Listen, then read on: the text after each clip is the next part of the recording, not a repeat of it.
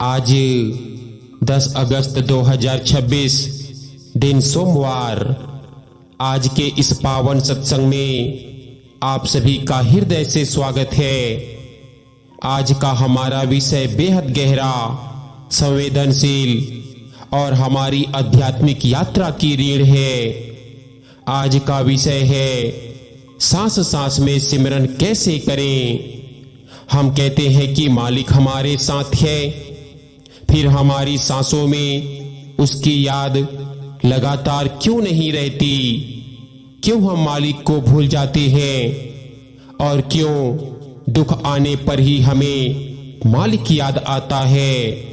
साथ संगत जी, जब भी हम किसी आध्यात्मिक मार्ग पर चलते हैं तो सबसे पहला और बुनियादी पाठ हमें यही पढ़ाया जाता है कि सांस सांस में सिमरन करो। संतों, महात्माओं और गुरुओं ने हमेशा इसी बात पर जोर दिया है कि सिमरन कोई विधि या कर्म कांड नहीं है, बल्कि यह आत्मा की स्वाभाविक सांस है। जैसे शरीर के जीवित रहने के लिए फेफड़ों को हवा की जरूरत है, वैसे ही आत्मा के जीवित रहने के लिए परमात्मा के नाम की, उसकी याद की जरूरत है। लेकिन जब हम अपने जीवन की वास्तविकता को देखते हैं तो एक बहुत बड़ा विरोधाभास हमारे सामने आता है। मुंह से तो हम बड़े दावे के साथ कहते हैं कि मालिक हमारे अंग संग है, वह कड़-कड़ में मौजूद है और एक पल के लिए भी हमें अकेला नहीं छोड़ता। शास्त्र भी यही गवाही देते हैं, गुरु भी यही समझाते हैं कि घट घट वासी वह प्रभु हमारे भीतर विराजमान है। फिर भी सबसे बड़ा आश्चर्य यह है कि जिस मालिक को हम अपने सबसे करीब मानते हैं, जिसकी मौजूदगी का हम मौखिक रूप से गुणगान करते हैं, उसकी याद हमारी सांसों में लगातार क्यों नहीं रहती? क्यों हमारा मन हर पल उससे दूर भागता रहता है? क्यों यह संसार, इसके आकर्षण, इसकी चिंताएं और इसके उलझाव हमारी चेतना पर इस कदर हावी हो जाते हैं कि हमें उस मालिक की सुधि ही नहीं रहती? इस प्रश्न का उत्तर खोजने के लिए हमें सबसे पहले मन की बनावट और इस मायावी जगत के प्रभाव को समझना होगा। हमारा यह जो मन है, इसकी प्रवृत्ति ही चंचल है। यह एक जगह टिक नहीं सकता। इसे बहिर्मुखी होना सिखाया गया है।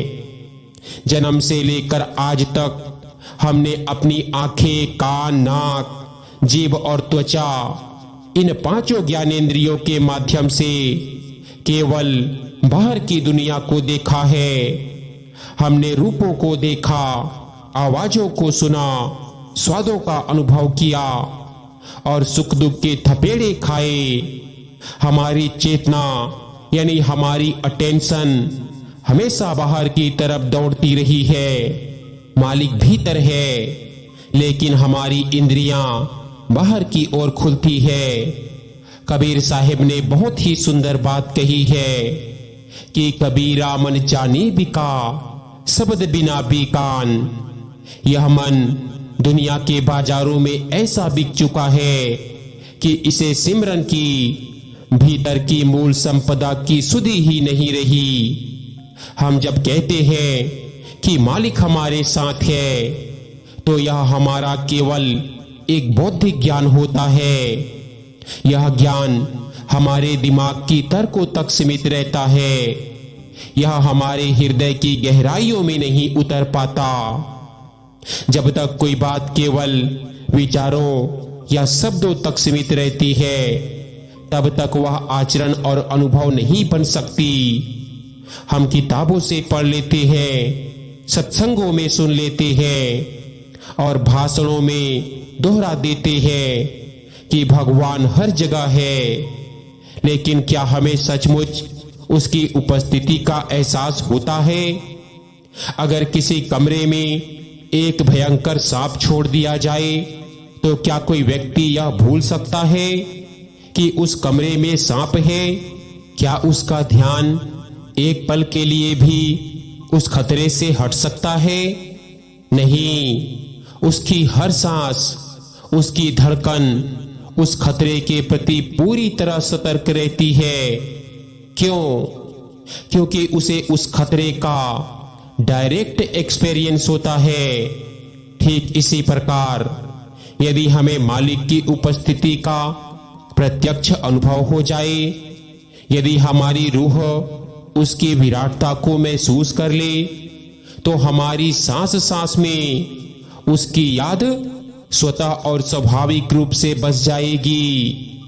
फिर हमें किसी प्रयास की जरूरत नहीं पड़ेगी, बल्कि उसे भूलना असंभव हो जाएगा।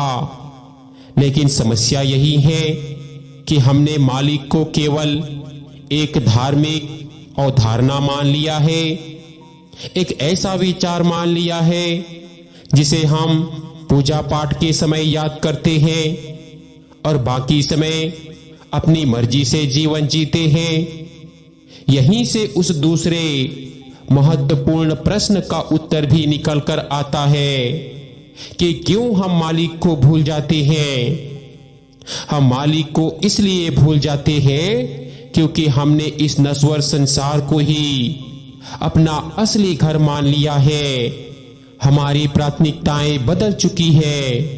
हम सांसारिक सुखों की दौड़ में इस कदर अंधे हो चुके हैं कि हमें अपने मूल स्रोत की याद ही नहीं आती। इसे सूफी संतों ने गाफिल होना कहा है, यानी बेखबर होना।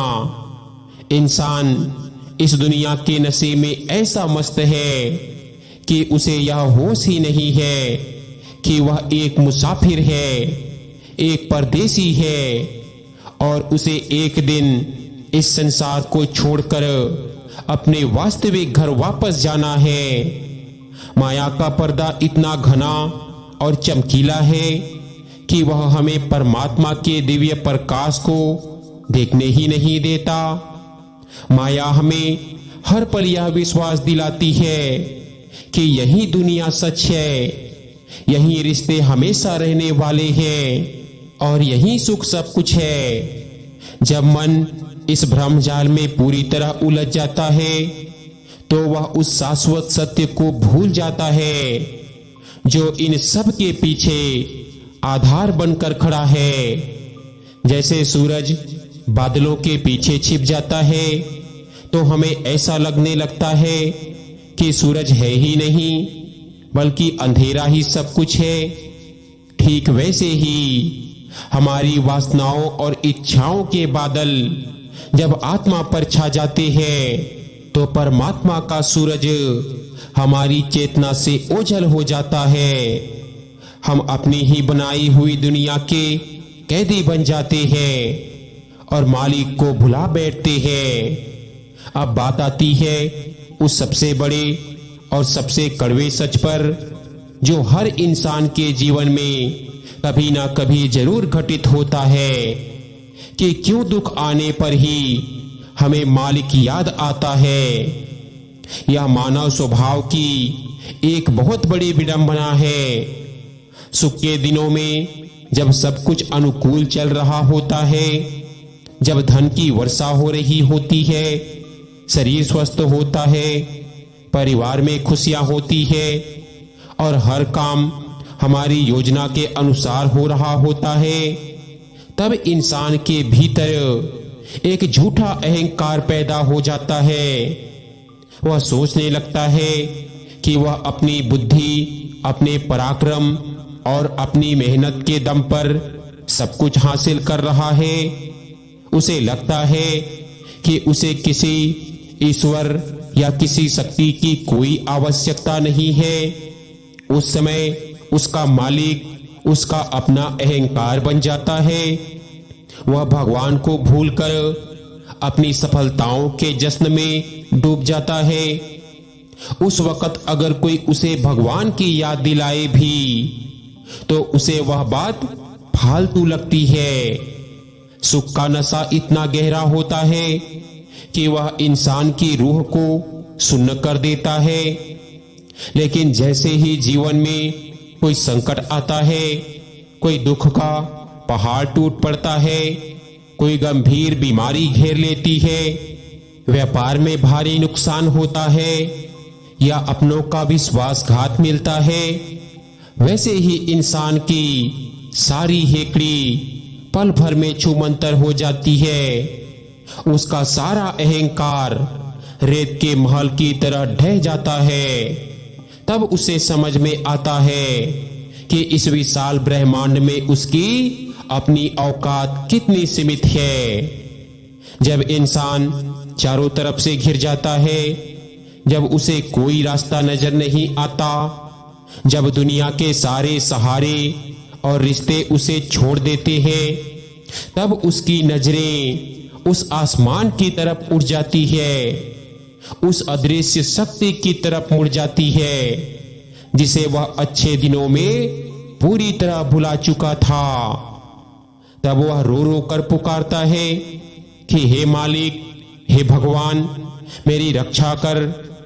यहाँ एक बहुत बड़ा दार्शनिक और आध्यात्मिक सत्य छिपा है।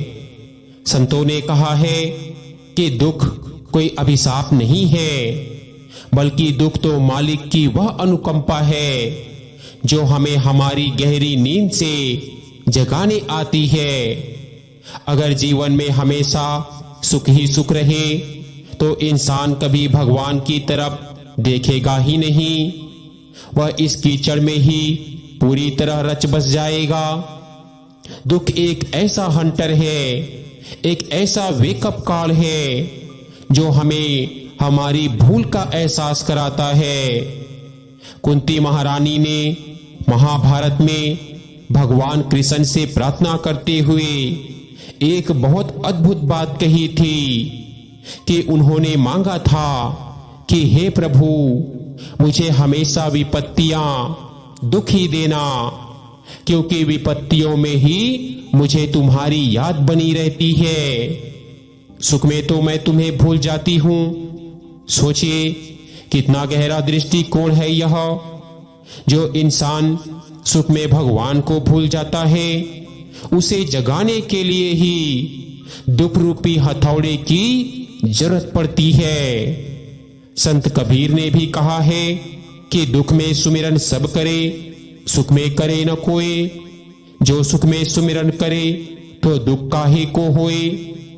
यह एक ऐसी पंक्ति है जो हमारे पूरे जीवन के दर्शन को बयां करती है।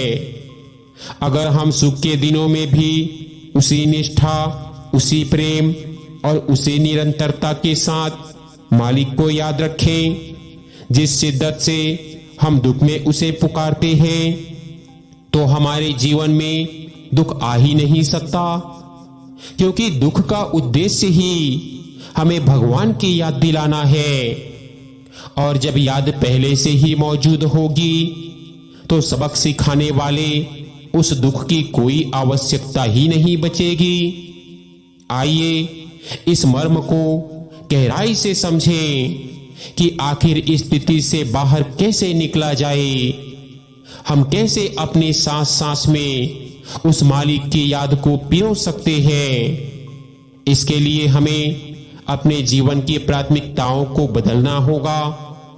हमें अपने मन को यह समझाना होगा कि यह संसार और इसके सारे सुख क्षणिक है। केवल उस मालिक का नाम ही शाश्वत सत्य है। जब हम सांस लेते हैं तो बाहर जाती और अंदर आती सांस के साथ अगर हम नाम सिमरन का अभ्यास जोड़ लें तो धीरे धीरे यह हमारी आदत नहीं बल्कि हमारा स्वभाव बन जाता है। शुरुआत में मन भागेगा, मन टिकेगा नहीं, 1000 बार भटकेगा, लेकिन हमें हार नहीं माननी है। जैसे एक छोटे बच्चे को चलना सिखाते समय वह बार बार गिरता है, लेकिन माता पिता उसका हाथ पकड़कर उसे फिर खड़ा करते हैं। वैसे ही जब मन भटके तो प्रेम से उसे वापस खींचकर मालिक के चरणों में लाना है। यह निरंतर अभ्यास, जिसे संत लोग अभ्यास योग कहते हैं, धीरे धीरे हमारी चेतना को रूपांतरित कर देता है। जब हम बिना किसी स्वार्थ के, बिना किसी दुख के डर के, केवल अहेतुकी प्रेम, अनकंडीशनल लव के कारण मालिक को याद करने लगते हैं, तब हमारे भीतर एक अद्भुत परिवर्तन आता है। फिर चाहे सुख हो या दुख, दोनों परिस्थितियां हमारे लिए समान हो जाती है। सुख आए तो हम मालिक का शुक्राना अदा करते हैं कि तेरी कृपा है, और दुख आए तो हम उसे उसका प्रसाद समझकर सिर झुका लेते हैं। तब हमें यह एहसास होता है कि मालिक हमसे दूर कभी था ही नहीं। हमारी अपनी आंखें बंद थी, हमारा अपना मन बाहर भटका हुआ था। सत्संग की यह पहली कड़ी हमें इसी आत्मविश्लेषण के लिए प्रेरित करता है कि हम अपनी कमियों को देखें। हम यह समझें कि हम क्यों बार बार उस प्रभु को भुला देते हैं, और क्यों हमें केवल आंसुओं के समंदर में ही उसकी याद आती है। जब यह समझ हमारे भीतर गहराई तक उतर जाती है, तब सिमरन कोई बोझ नहीं रहता, बल्कि वह आत्मा का सबसे बड़ा आनंद बन जाता है। सांस की हर डोर उस परमात्मा के चरणों से बंध जाती है, और जीवन का हर पल एक उत्सव बन जाता है। आज के इस सत्संग की गहरी गूंज को अपने भीतर उतरने दीजिए, इसे महसूस कीजिए, क्योंकि यही वह पहली सीढ़ी है जो हमें हमारी असली मंजिल तक ले जाएगी। जब हम इस बात पर विचार करते हैं कि हमारी सांसों में उसकी याद लगातार क्यों नहीं रहती, तो हमें अपने भीतर झांक कर यह देखना होगा कि हमने अपने मन को किस प्रकार की खुराक दी है।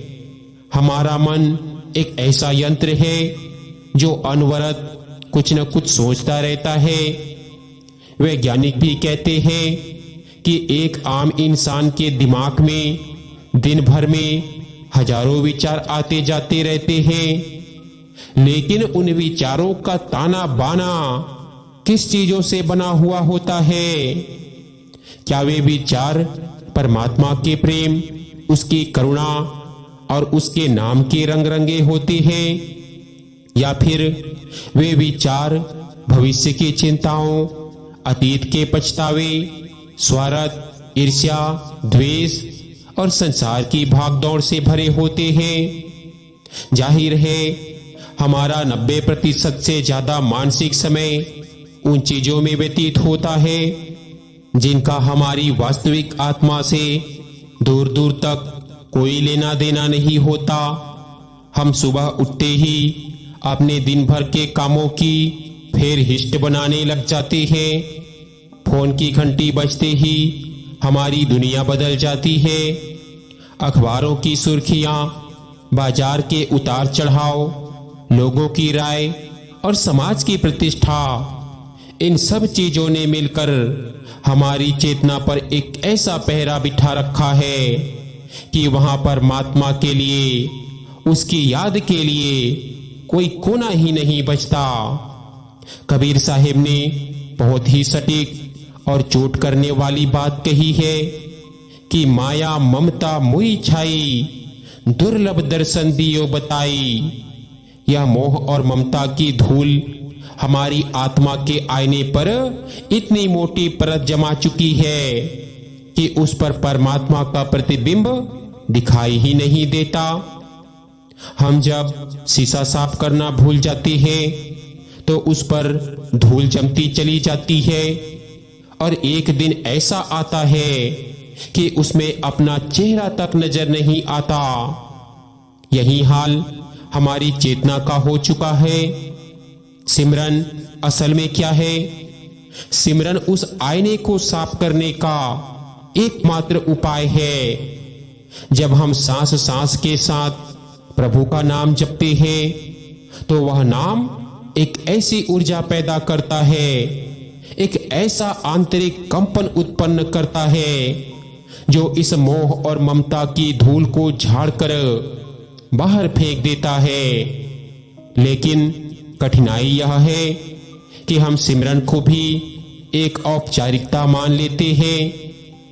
हम दिन भर दुनिया भर के काम करते हैं और जब 10-15 मिनट फुर्सत मिलती है तो आंखें बंद करके बैठ जाते हैं और सोचते हैं कि हमने बहुत बड़ा आध्यात्मिक काम कर लिया है।